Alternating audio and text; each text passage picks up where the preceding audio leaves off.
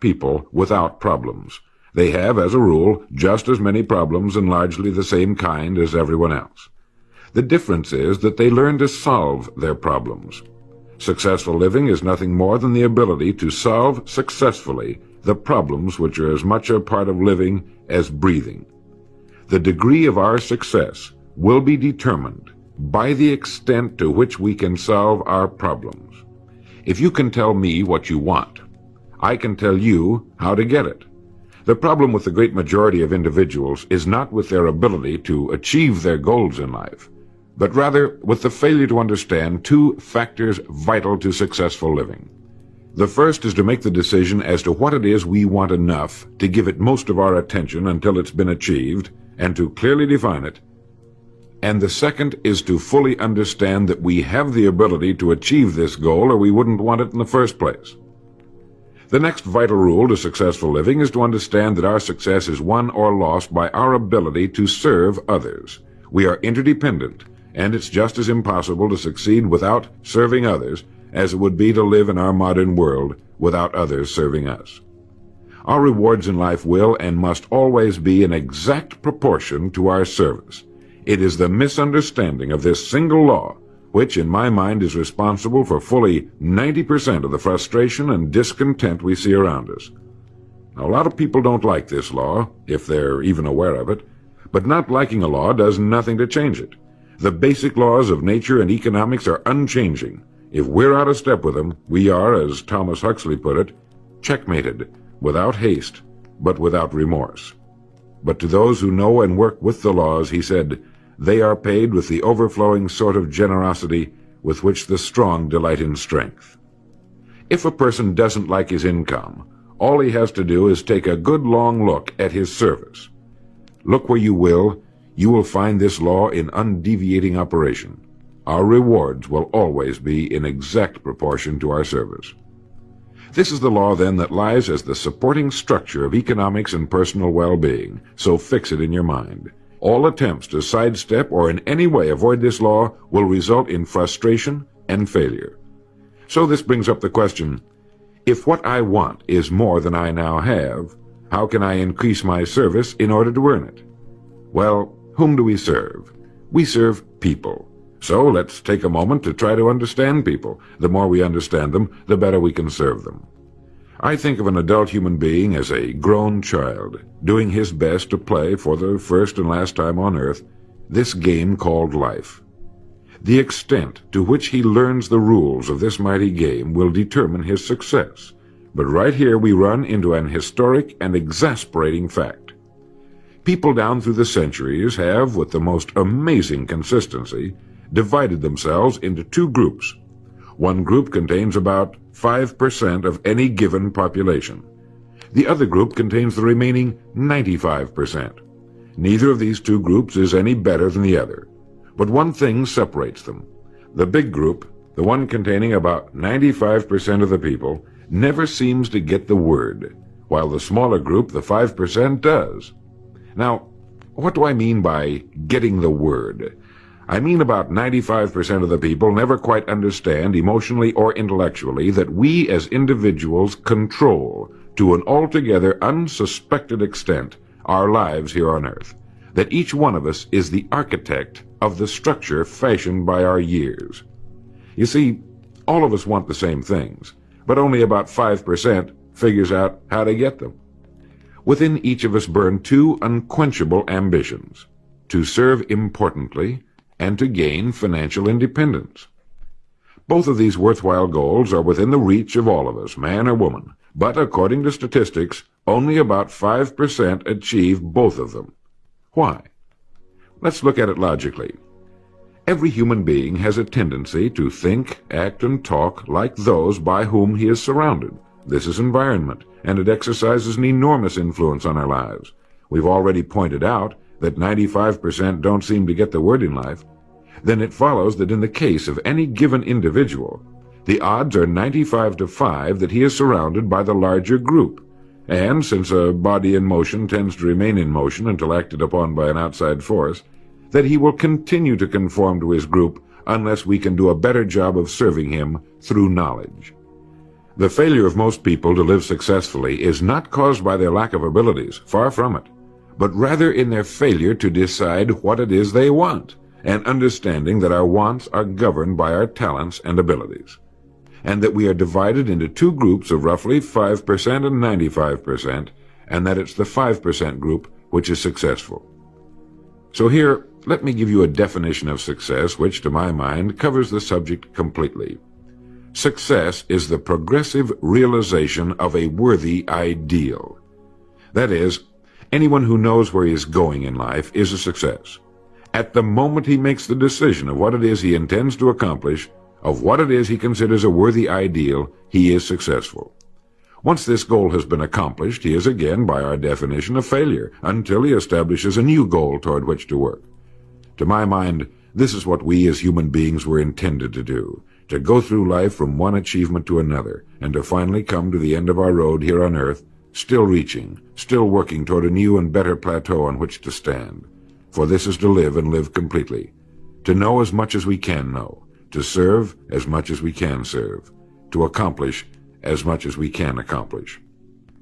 Well, since success is the progressive realization of a worthy ideal, why are we faced with only 5% who can be called really successful?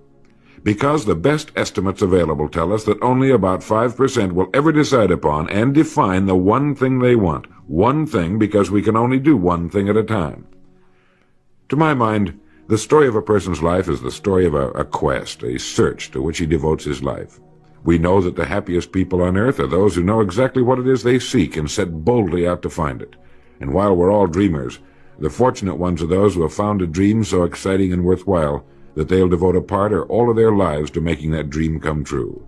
But while all dream, by far the great majority, that 95%, never realizes that a persistent daydream is often the point on which we should set our compass, the place toward which it is meant for us to journey. The tragedy is that the great majority shrugs off this built-in direction finder and returns to the wide, visible, well-marked road in life which they feel must be the best road because it carries the heaviest traffic.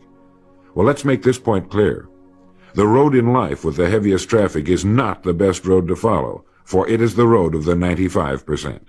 It is the road with no more opportunity, and with 19 times as much competition.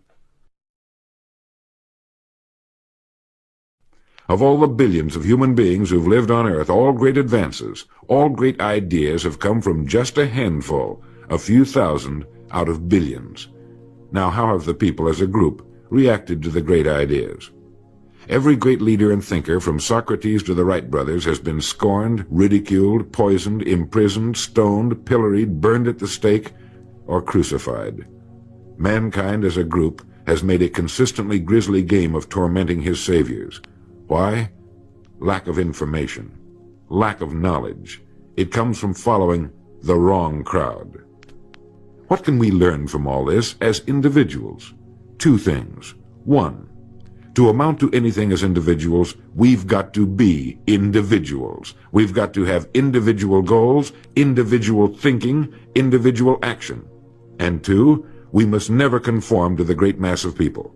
We must love them, help them, for our joy and success will be determined by the extent to which we serve them. But we must never lose our individuality and identity by permitting ourselves to be submerged in this suffocating sea of indirection and purposelessness. There's nothing wrong with emulation. In fact, it's a good idea, so long as we emulate a person who represents that which we wish to become, but never the crowd, never the 95%. We are what we think about. Our minds, our thinking, controls our destinies here on earth to a degree totally unsuspected by the great majority of people. When you think about it a moment, it becomes so obvious, so clear and simple. Well then, if we become what we think about, and if we can control our minds, we can pretty well tell our own future. And that's the point I want to make. That's what I meant when I said earlier that each one of us is the architect of the structure fashioned by our years. This means that if we're confused about what we wish to become or accomplish, our lives, our environment will mirror that confusion.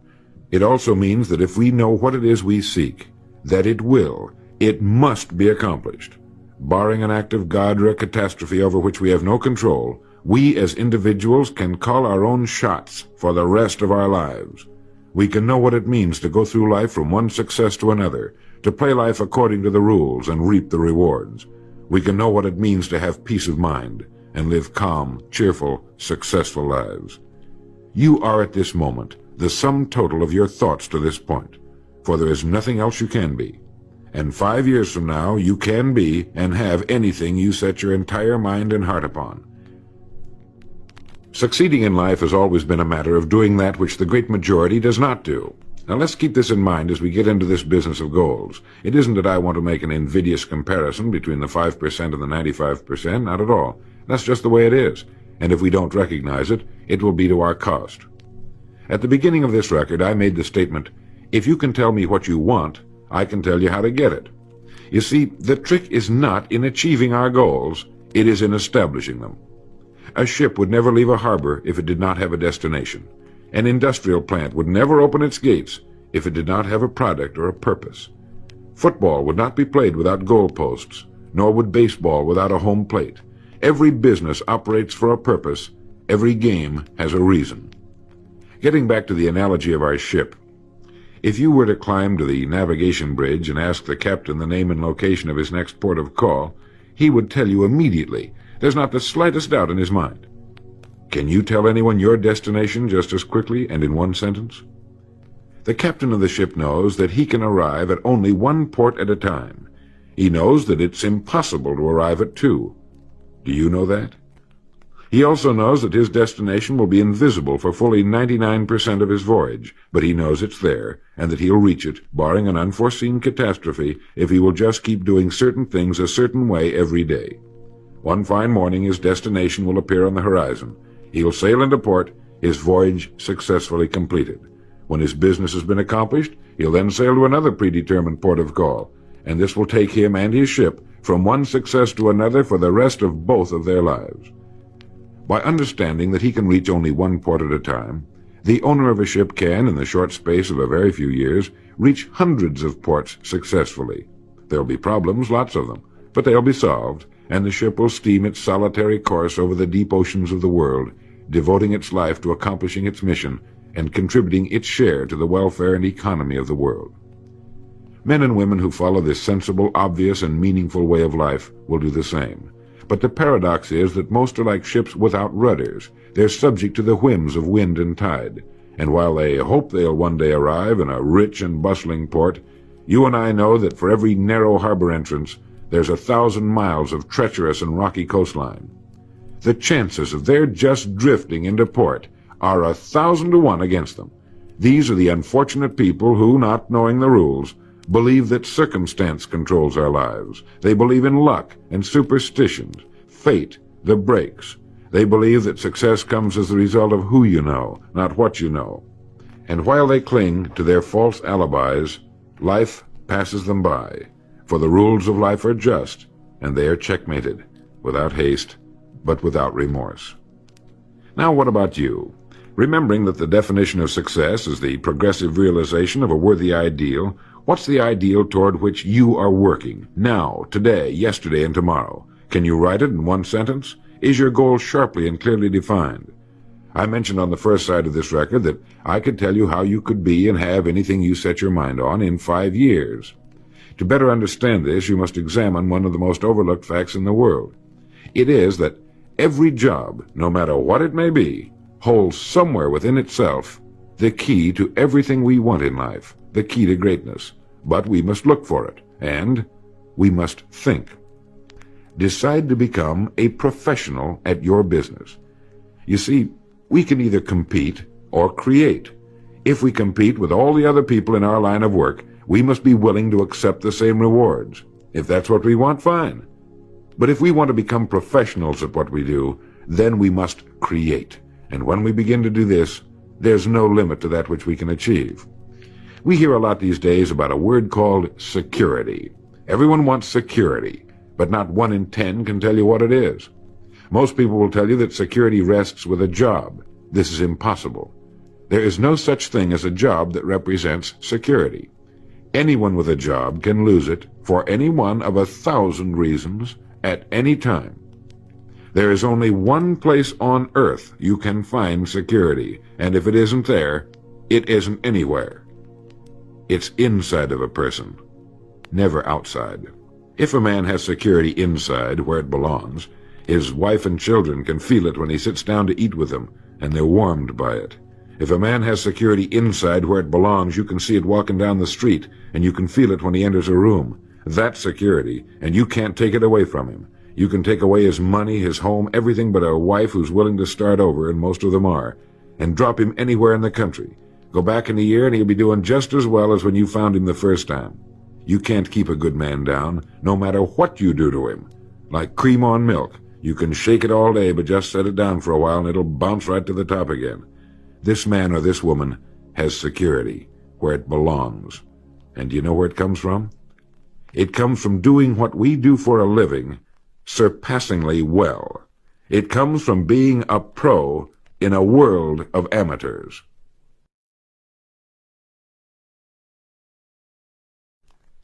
Becoming a pro isn't difficult. It comes from knowing what to do with time. It comes from knowledge, planning, and working. First, knowledge. This means learning everything we can about what we sell, learning everything we can about people, since that's who we sell, and learning everything we can about selling, since that's our profession. What we sell, who we sell, and how to sell. Those three subjects would fill a large library, but we can take things one at a time, and by devoting an hour a day to study, we can become outstanding professionals in 5 years or less. And it's the professionals in this business who can write their own tickets, good times or bad. They can live where they choose, and being professionals, work when they choose. Second, planning. This means writing down the specific goal we're now working toward. It means writing in detail about the first port of call we want to reach, realizing that we can only reach one at a time. It means selecting the income we feel will represent financial independence to us. Once this has been selected, we know exactly what we must do in order to reach it. As soon as our first goal has been reached, we can set a new one. The person who does this is the person people call lucky. Good things just seem to happen to him. The so-called breaks start coming his way. But it's a result of planning and working positively that attracts the good things to us. I can't emphasize too much the importance of describing your goal in detail. If it's a beautiful new home, get the actual plans, or at least an elevation drawing of the home, and carry it with you so that you can look at it regularly. If it's a certain amount of money, write down the specific amount for the coming year to the penny, and then work your plan. Whatever your goal may be, write it down in detail. Then you're like this ship. You're on course, and you reach more successful ports in a few years than most men do in a lifetime. And third, working. Working more than the average, if we're going to achieve more than average results, is necessary, of course. But with proper planning and with knowledge, it seems easy. Moreover, to work, we need energy, and energy is inextricably linked to desire. Unless we have a desire to do a certain thing, we find ourselves without the energy. But you will never find desire without energy. Once our goal has been crystallized in our minds and we realize that we become what we think about, our doubts vanish as to whether or not we can achieve our desired ends, and with the picture of our dream in our mind, we have abundant energy. Compared with what we ought to be, we're only half awake. Our fires are damped, our drafts are checked. We're making use of only a small part of our possible mental and physical resources. Stating the thing broadly, the human individual thus lives usually far within his limits. He possesses powers of various sorts which he habitually fails to use. He energizes below his maximum, and he behaves below his optimum. And then he wrote, "Excitements, ideas, and efforts, in a word, are what carry us over the dam." He goes on in this excellent essay to point out that we have deep reservoirs of abundant energy that we habitually fail to use, and that by pushing past the first false feeling of fatigue, we will find an exhilarating second wind that will take us to our goals. This is why in studying the lives of the world's great men and women, we find they seem to be indefatigable. Work meant nothing to them, because what they were doing, where they were going, filled their entire worlds. Frequently, people find it difficult to establish a goal toward which to work. Realizing that we cannot be successful without a goal, here's a good way to solve the problem. Get off by yourself and where you can think without being disturbed. Then write on a sheet of paper a complete description of the person you would like to be and the things, in being this person, you would have. Once this has been done, start acting the part of the person you wish to become. Carry, as often as you can, a clear mental image of the person you want to be, and begin to be that person. Soon this will become so knit with habit, it will lead you without fail to the goal you seek. You see, when you begin to do this, you're using your greatest power, your mind, and you will become what you think about. The only thing about a man that is a man is his mind. Everything else you can find in a pig or a horse. Think about that line until you know what it means. The only thing that sets us apart as human beings is our divine minds. Everything that means anything to us, our love of our families, our faith, our dreams, our talents and abilities, our religion, everything we know, is connected to us solely through our minds. Our minds represent our hope and our future. Yet, as a rule, it is the last place the average person will turn to for help. Your mind contains riches beyond belief, but you must prospect this rich and largely unexplored continent, and the only way it can be prospected is by systematic study and systematic thinking. Your mind is like a muscle. It will develop only to the extent that you use it, no more. By devoting an hour a day to study, you're building your mind into a powerful and creative servant. If you only do this 5 days a week, it comes to 260 hours a year. That's 1,300 hours in 5 years, or the equivalent of 162 8-hour days devoted to study and research. Believe me, if you'll do this, in 5 years you'll be one of the most accomplished professionals in your field, and you'll have the world on a string. You will virtually be able to write your own ticket. The average man works 8 hours a day, about 50 weeks a year, for 40 years. That's time enough to become great at anything. The time will pass anyway. We might as well reap the rewards. So now, let's sum up and reduce the whole thing to a workable formula, a set of rules for this game of life that cannot fail to take us to where we wish to go. The first and most important thing to remember is the rule that controls our life. We become literally what we think about. This means that we must establish a worthwhile goal toward which to work, a goal that will occupy our minds most of the time. This goal should be written out or illustrated. We should look at it and restate our purpose every morning, every night, and as many times during the day as we can.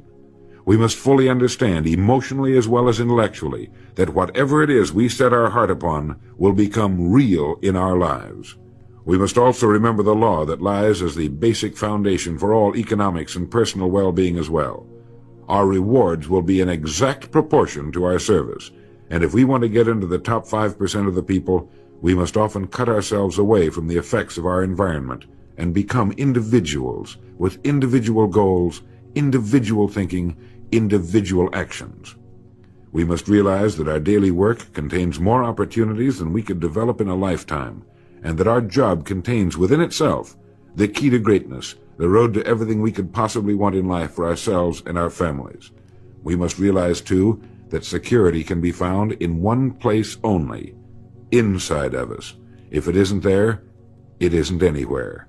And the only road to security lies in doing what we do for a living, surpassingly well. And lastly, that we must become professionals at what we do, and that becoming a pro involves knowledge, planning, and working. Knowledge of what we sell, who we sell, and selling. Planning by establishing the goal, which automatically establishes our work pattern. The great salesman is like the great golfer. It looks easy the way he does it, because it is easy the way he does it. But it took time, dedication, and work in its accomplishment. Is it worth it? You bet it is. P.G. Hamilton once wrote, "Let's be different. A strong life is like that of a ship of war, which has its own place in the fleet and can share in its strength and discipline, but can also go forth alone to the solitude of the infinite sea. We ought to belong to society, to have our place in it, and yet be capable of a complete individual existence outside of it. And remember the strangest secret, will you? You are now, and you will become, what you think about."